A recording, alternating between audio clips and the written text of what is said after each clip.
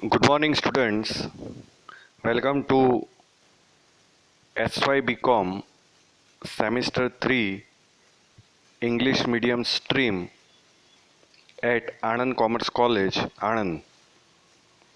These online lectures are being delivered as part of the guidance of Department of Education, Government of Gujarat due to present COVID-19 pandemic. Myself, Professor Devang Trivedi, Anand Commerce College, Anand, shall engage you for the subject Materials and Production Management, having code number UB03CCOM 52 as prescribed by Sardar Patel University, Vallabh Vidyanagar. In the first part of unit number 3, we discussed about the introduction to the production management,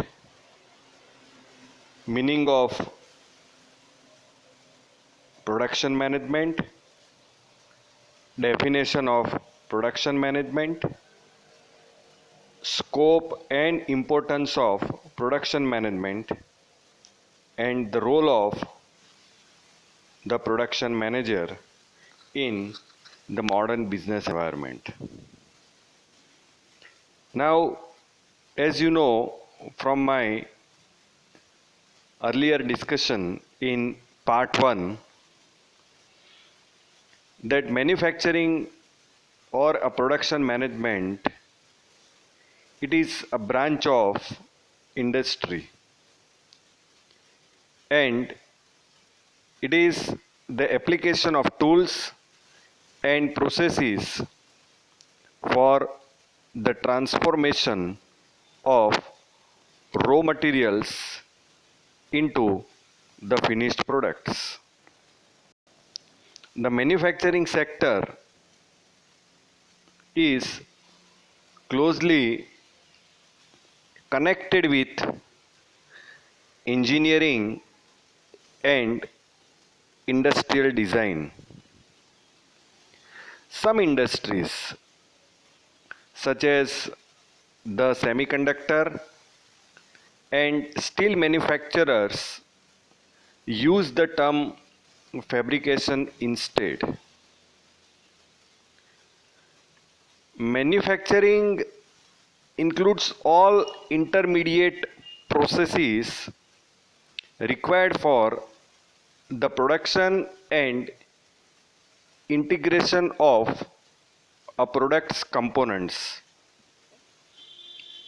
The term manufacturing, or we can say the production, refers to a collection or arrangement of operations and processes used to make a desired product or component. It includes the actual equipments for composing the processes and the arrangement of those processes. In a manufacturing system, if there is a change or disturbance in the system should accommodate or adjust itself and continue to function efficiently. Normally, the effect of disturbance must be counteracted by controllable inputs or the system itself.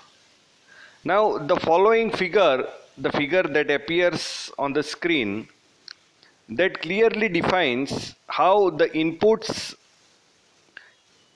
are converted into the outputs.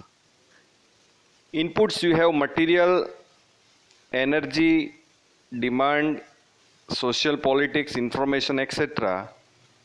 They condensed through a manufacturing system which is a complex arrangement of physical elements characterized by measurable parameters, and they are finally converted into products, information, services to the users, and also generates defects and scrap. There are certain measurable parameters like production rate, work in process inventory, percentage of defect, percentage on time delivery. Then you have daily, weekly, or a monthly production volumes, total cost. These are all measurable parameters. And you have physical elements like machines for processing, toolings, material handling equipments, and in fact labor, or you can say the employees or people. Now let's move to the last point of your unit number 3, and that subtopic is about the types of production processes or the types of manufacturing systems. Students, now you are clear that what is the production management, what is its scope, what is its importance, and all that. Now, when viewed from a different context, the operation or a production system can be equated with the flow of materials. Flow into, flow through, and flow out of the conversion process. Now, when we analyze the characteristics of this flow, we find in some systems it to be very smooth, whereas in others it is much more complex. The more difficult the materials flow, the more complex is the system to manage. You got it? The manufacturing systems, they differ in structure or say a physical arrangement. According to the physical arrangement, we can say that there are 4 kinds of classical manufacturing or a production processes or a systems, and there are 2 modern manufacturing systems that is today rapidly gaining acceptance in industries. They are, say, the job shop manufacturing or a production process. Then you have a flow shop or a batch manufacturing system or a process. Then you have a project shop manufacturing or a production process. And you have a continuous or a mass production system. And there are some modern production systems as well, which is not there in your syllabus. That is the linked cell system, that is cellular manufacturing system, and flexible manufacturing system, popularly known as FMS. Now, the first classical system is a job shop production process. Now here the shop accepts customers' orders and executes them. It does not have its own product mix. Primarily, we have facilities and processes in a job shop to undertake a wide variety of customer jobs in different batch quantities. Each order may be unique, requiring its own planning and tooling. Here, the flow of material is also complex. A busy job shop is a difficult system to plan and control. There is a need to prioritize different jobs for dispatching to customers. At times, short processing time, SPT, popularly known as, becomes the yardstick to sequence the different jobs. Job shop is, technically speaking, it's a queuing problem. That is, simulation technique do help in analyzing it. So practically speaking, job shop where varieties of products are manufactured in small lot sizes to a specific customer order. To perform a wide variety of manufacturing processes, general purpose production equipment is required. Workers must have actively high skill levels to perform a range of different work arrangements. Here, the production machines are grouped according to the general type of manufacturing process, as I have shown in this figure, and the lathes are in one department, drill presses in another, welding say in the third department, and say finally the assembling in the fourth department. Each different parts requiring its own sequence of operations can be routed through the various departments in the order, that is a proper order. For this, a typical route sheets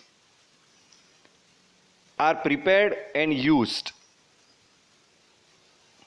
and the layout made for this production process is typically called a functional or a process layout. Now you can see the layout that can be used for this job shop manufacturing system, and this is a typical example of a functional or a process layout. Now see, this system has some advantages, like it can handle a variety of processing requirements depending upon say the requirement of the customers, and it is not particularly vulnerable to equipment failures. Say maybe if the cutting equipment fails, the other departments like welding, assembling and joining, they can continue to function without affecting your final schedule. Then the equipments that are used, they are less costly. In the job shop manufacturing system, and it is possible to use individual incentive plans. Similarly, you have certain, say, typical disadvantages also for the job shop manufacturing system, like there is in process inventory cost which is very high. Here the challenging routing and scheduling. Then you have equipment utilization rates that's very low.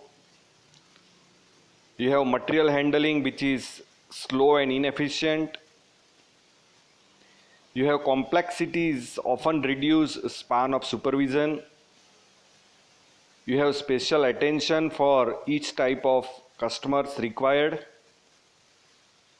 And maybe from the administrative point of view, you have some accounting and purchasing that is more involved, so the entire exercise gets lengthened and gets complicated. So typically, there are some examples like say machine shop, foundries, press working shop, plastic industries, where this job shop manufacturing system or a production process is used very widely. So typically we can say in the engineering sector, or you can say for say the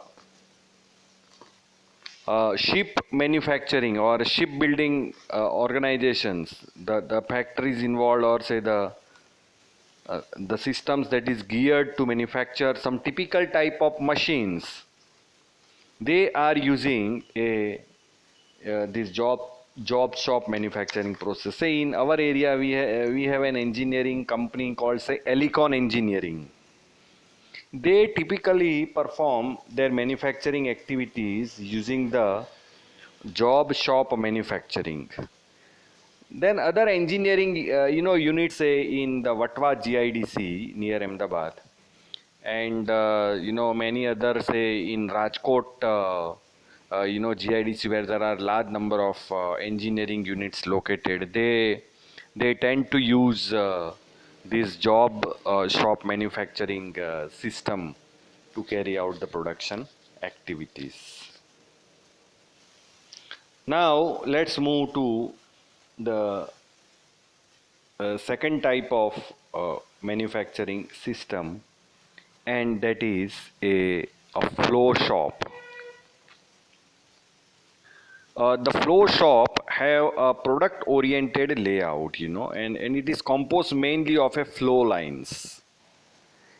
And this system can have high production rates, and the plant may be designed to produce the particular product or a family using special purpose machines rather than the general purpose equipments. The skill level of a laborer tends to be lower than in manufacturing a job shop, as I discussed earlier. And when the volume of production becomes large, they become a mass production.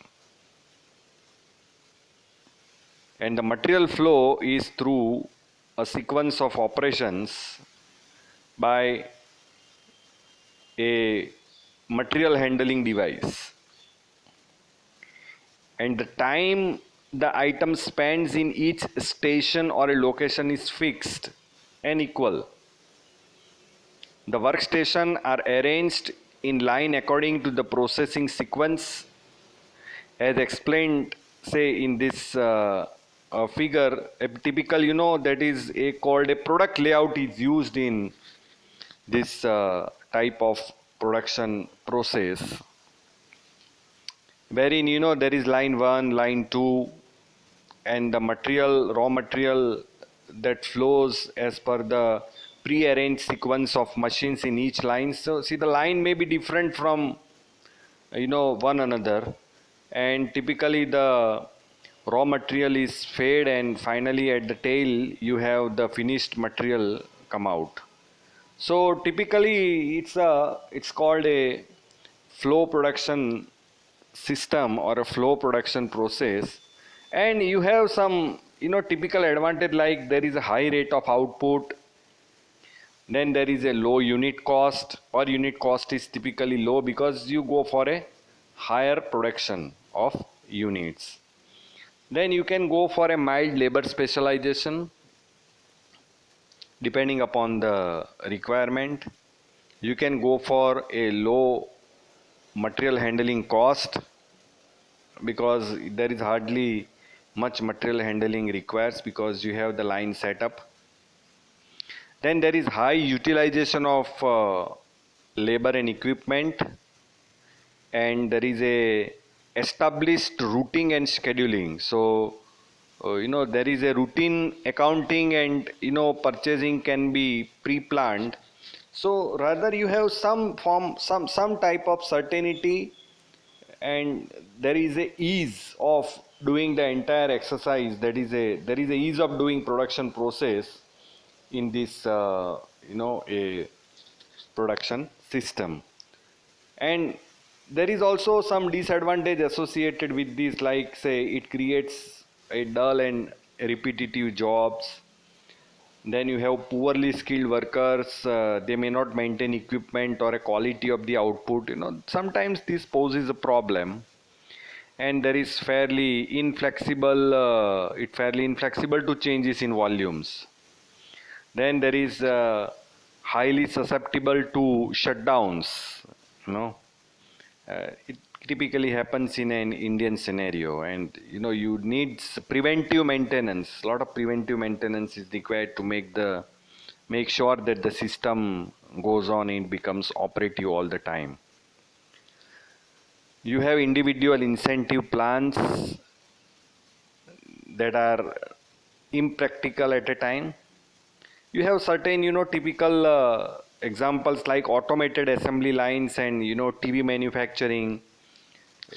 Depending upon which type of TV manufactured, or a washing machine is to be manufactured, or say microwave oven is to be manufactured. So you can set up that production line. If there are say 3 different types of TV manufacturing lines, say depending upon say LED, LCD or a plasma variety, or depending upon its size, say 21 inches, 29 inches, or say maybe 42 inches TV to be manufactured, you can set up a different production line, and the flow then keeps on rotating. So that is how this entire production system that is is managed. Then you have the third manufacturing system, and that is called a a continuous manufacturing system, or a mass production system. Now see this mass production, in this system the flow is in a straight line, and all facilities are arranged as per the sequence of operations.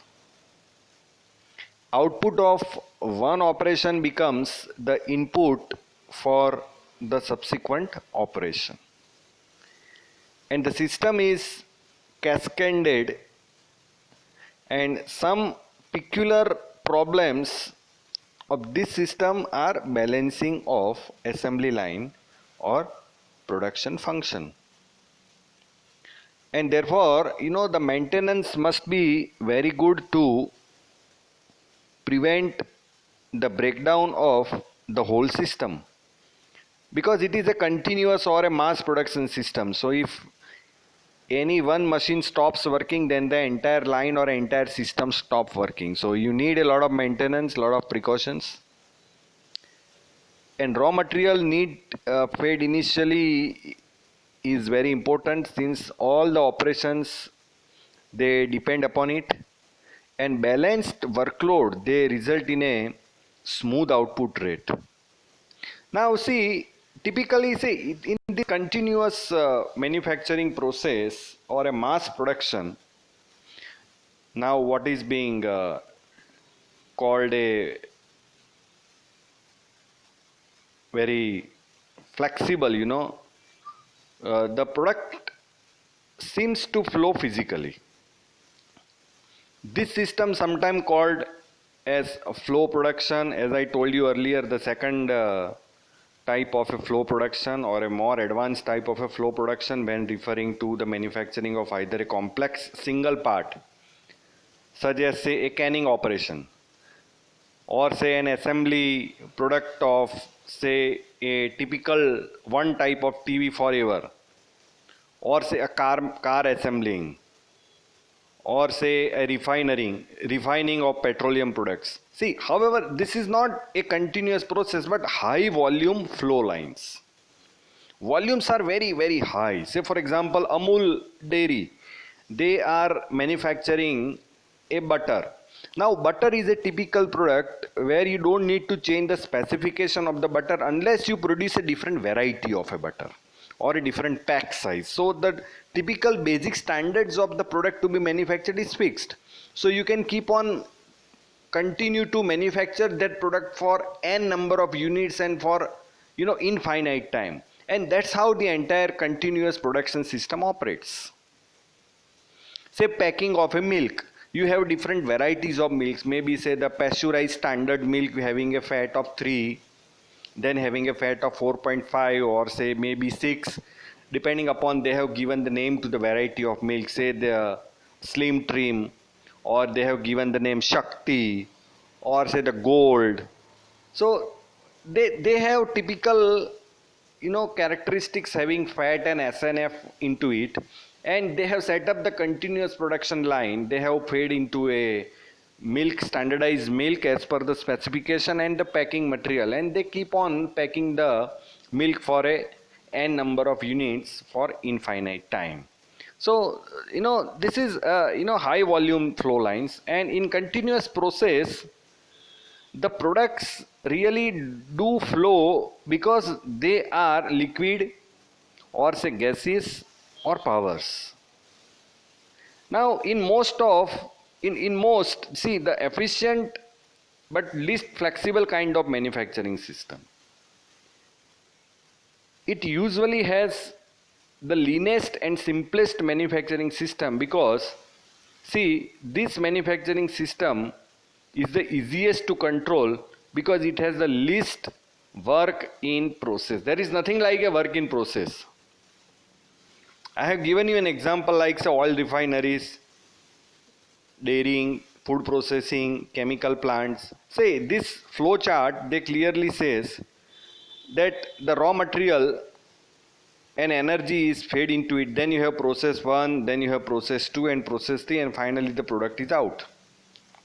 So there is hardly work in process involved, practically nil work in process involved into the continuous manufacturing type, and therefore you can use a continuous process layout into this type of a manufacturing system.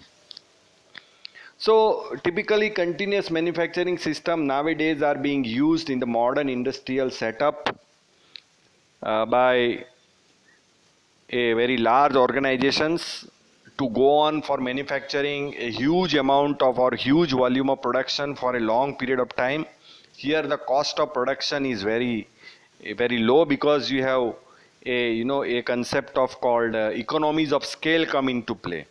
When the volume of production rises, the cost of production comes down, and you can use a specialized technology to make sure that the total cost comes down and the volume of profit increases. So this makes a business sense, And the last type of production system is a batch production system. Say in this system, a batch consisting of a certain quantity is made on a machine, and the same machines then may be used for another product. Thus here there are a variety of products, and it is not possible to maintain a separate assembly line for each product.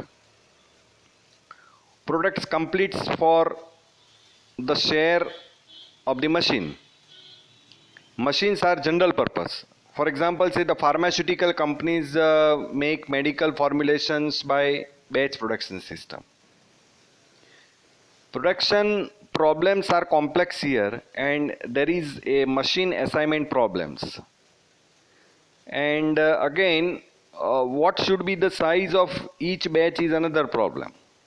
Scheduling becomes more complex, and production planning in response to demand becomes challenging, and layout also merits attention. So in a batch, generally the batch production system is largely utilized by a pharmaceutical or a chemical industry, wherein they have an order from, say, a typical customer of a particular batch, particular size of a batch. So they set up their entire assembly line or a manufacturing process to just tailor made to manufacture that particular batch. Say nowadays, say the COVID pandemic is going on, so maybe say the manufacturing system is geared to produce a typical type of, say, sanitizer, typical type of a medicine that cures this particular virus, and other assembly lines or say the other manufacturing may not be required that much. So the entire system is tailor made to this. Then paint industries, the companies that manufactures the paints, the domestic paints, industrial paints, they also follow particularly a batch production system depending upon the demand of a particular color or a shade. They manufacture and they set up the entire process for manufacturing that type of a color. So maybe they prepare the base and then they add certain thinner, or and they finally come out with a particular shade. Nowadays, a computerized systems are available for the manufacturing of a particular type of shade. So you order and they accordingly set that, and the batch comes out having a particular type of a shade. So this is in a way a very good system, and they may be suitable for paint industry and a pharmaceutical industry to a large extent. And some, whatever these all systems that we have discussed, that is different types of production process, that is job, lot, batch, mass productions, there are certain a typical type of things that are or problems associated with, that is setup time is required for each type of a manufacturing. Say a manufacturing cell is designed to handle parts having a similar shape and a relatively similar sizes, and for this reason many of the parts can employ the same or a similar holding devices, fixtures, and generic fixtures for a part family can be developed so that the required for changing fixtures and tools is decreased.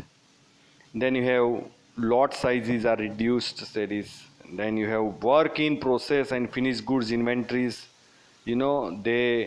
they are also reduced. So depending upon which type of manufacturing system that is being adopted. Then you have material handling cost and the time, that also we have to keep an eye on whichever type of manufacturing systems that we may adopt. And then there is a flow time, because all eyes are always on the delivery schedule, because nowadays the customers they are very particular about their delivery schedule. Neither they want early nor they want late deliveries of their products or services that they have ordered. So you have to keep an eye on the total the time, that the flow time, and try to control it. Then the maintenance part, different type of manufacturing systems that you adopt, there are two major maintenance systems available. One is the preventive maintenance and another is the breakdown maintenance. So depending, like say in a continuous flow production or a mass production, you would like to follow a preventive maintenance system, because you don't want the machines to stop in between, because then if the breakdown occurs, then that would be very costly to the company, because the entire flow line, or say the entire manufacturing line, stops because one machine breaks down. So in such cases, you would like to go for a preventive maintenance, say for refineries, oil refineries, or say the edible oil packing stations. Like say in Anand we have Arco Gul that process and packs the cotton seed oil under the brand name Anand. So they have typically a preventive maintenance system, because they go for this continuous manufacturing system, and they typically shut down their machines and the entire production system for some time, maybe 10 days, 15 days, or maybe 5 days, depending upon the requirement for carrying out the preventive maintenance work at the plant. And then they carry out the complete maintenance. That is called a preventive maintenance. So once the preventive maintenance is done, where the machines are tested, checked, cleaned, if any spare parts are to be changed, then those are also changed. And once that is done, you are pretty sure that now you can go on, say maybe for next 2 months or 3 months, for carrying out the production work, maybe in one shift, two shift, or three shift, depending upon the requirements. So this is typically, a foresightedness, and that stops you from getting, stopped from running your production activities. And another is a breakdown maintenance. Breakdown maintenance is something like, you carry out the maintenance or a repairing work when actually your assembly or a machine stops working, and that is an accidental type of a maintenance. Like, so we may go with a car, say I start moving from Anand to Ahmedabad, and my car stops running, say midway between Kheda and Ahmedabad. So I just take my car aside and start looking at the problem, what is the problem is, and then fix it, and then again start moving to my destination. So that is a breakdown maintenance. So in a mass production, or in a continuous production, you cannot afford to go for a breakdown maintenance. Otherwise, say in job shop or a lot production, as I told you, you can go for a this type of breakdown maintenance. And nowadays, one another type of manufacturing a process or a production process that is very much in operation, and that is called a projects. Consider the manufacturing of a ship, or a dam, or a building, or say a airport. Such products or such projects, they never made in large numbers. You don't have 500 ships to manufacture, or you don't have 15 airports at a time to construct. So manpower, facilities, and other resources, they center around such products, and each such product can therefore be treated as a project, requiring sequencing of certain activities, either in series or concurrently. And there is a typical production technique called PERT CPM, that is Program Evaluation Review Technique, and critical path method, that is CPM, or a network analysis, that is useful technique to plan and control such large projects. So that is also one type of a manufacturing system or a production process that is being largely utilized today to complete a typical projects. And again, a flexible layout is used to create such manufacturing jobs. So you can say now that our focus while selecting a particular type of a production process or a manufacturing system should always revolve around the two things, that is the cost and the quality. And the third important thing is the time schedule, that is the delivery schedule. The cost is very important nowadays because we are operating in a highly competitive world today, and the cost is very important because the competition is so fierce in the market that anything that we are not in a position to deliver to the customer on time at a particular cost, then I think the business will be out of operation. You can't really survive, and therefore our eyes should be on cost. The second is quality, the quality control. The long run process of business, that is largely depends on the ability to maintain the quality standards as decided by the management and accepted by the customers. The quality standards are prescribed in terms of specifications like, say, the size, color, shape, taste, etc. And the quality control is maintained by testing the actual production and by ascertaining whether they conform to the set standards. So the raw materials, work in process or finished goods, etc.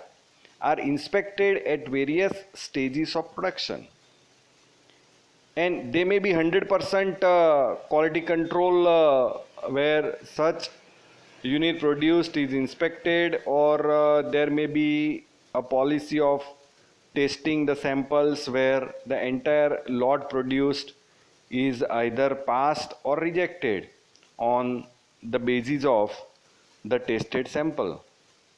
So the various, there are statistical techniques also available to take care about these quality checks, and we have to be very much particular and very much conscious about this, the quality of the materials. That is the first thing, as I told you, the cost, then second thing is quality, and the third is the delivery schedule. The customers, nowadays they are very much particular about what delivery schedules that we offer and whether the delivery of material is on time or not, because no one wants an early delivery, because if you give them early delivery they will have to make an early payment. Then also there is a requirement for the storage, that is a warehouse arrangement at the place of factory. So if they don't have that space, then generally the customers would not want you to make the deliveries of the ordered quantity early, and you can also not afford to keep on producing and storing at your place, because there is a lot of cost associated with that. So while selecting a particular type of manufacturing process, that is job, lot, batch or a mass production, that is flexible or inflexible manufacturing system, continuous or a intermittent manufacturing system, you have to keep all these three parameters into consideration, and then finally you have to make a selection. So students, today we have discussed the types of production process, their advantages, their disadvantages, what are the precautions required while selecting a particular type of a production process, and what the customer expects, what are their expectations, and what precautions that we have to take while selecting a particular production process. We have also seen a projects, a different type of a production system, that is also being followed largely, though it is not mentioned here, but to make you aware about that. So this is all about your unit number 3, and your third unit is now completed. I'll give you the question for assignment in my next lecture series.